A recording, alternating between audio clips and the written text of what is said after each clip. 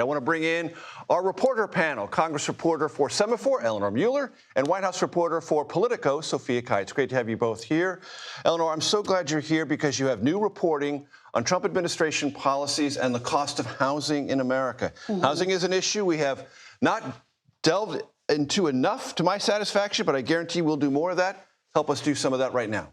So housing affordability is at, near historic lows. And on top of that, we're seeing construction really slow, which is contributing to the problem. There's fewer homes being built than there have for the last couple of years. And so there's obviously less supply and prices are going up. And so that's what this analysis we covered this morning found. It was that the Trump administration's policies are contributing to bring these prices up. It's a combination of three things. One is his tariff policies, which are putting the Fed on the back foot as far as cutting interest rates, which is making building more expensive.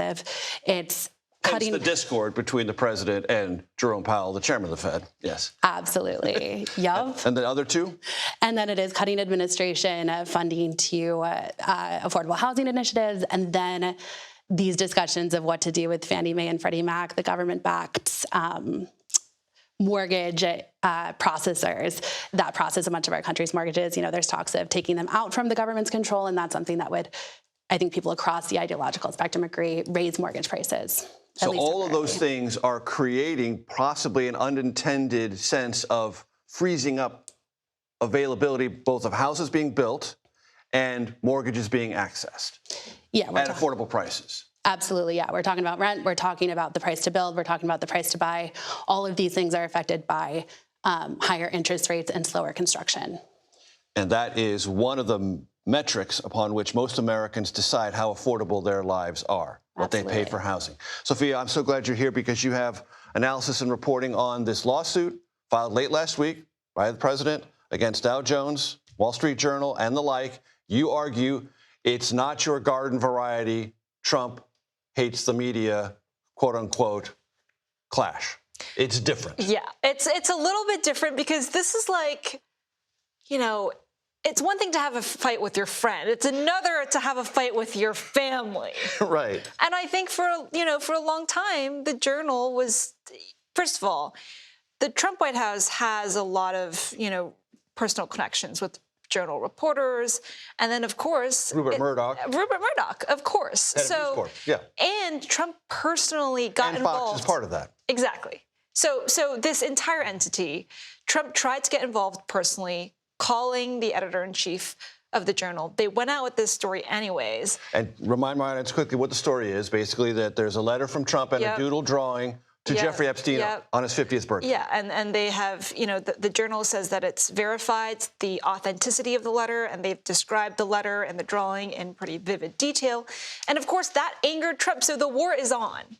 And what we have now is sort of this two-pronged effort from Trump and the White House to sort of get back at the Journal. One, you've got the lawsuit, right? The second piece of this is kicking out the Journal's reporter from the Scotland trip, which Ed O'Keefe mentioned at the top of our program. Yeah. And that's big because I think, in the age of Trump, one thing that's really important to news outlets is access. Whether you like it or not, access is important. Just the ability to have access to the information, to live, being able to see the president in the Oval Office. And so I think something to watch out for now, even beyond the Scotland trip, is whether Trump will go beyond that to pull the Journal from being in the in-town pool. So because the Journal is a part of the Dow Jones Newswire, they're there every day that the in-town pool is there. And so if that is revoked, that would be an even greater level of retaliation against the Journal. Eleanor, you also have some reporting on House Republicans urging the Commerce Department to create a fixed policy on AI chips. Yeah, the Commerce Department repealed the Biden administration's rule on artificial intelligence, and they have not yet replaced key parts, including parts related to chip manufacturing. And so we saw House Republicans send a letter to Secretary Lutnick saying, it's really important for us to stay competitive with China, to do this as quickly as possible.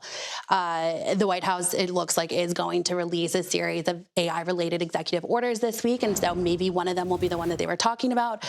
But either way, speaks to the continued focus on this. I think Semafor scooped earlier today that OpenAI is going to be opening a DC office.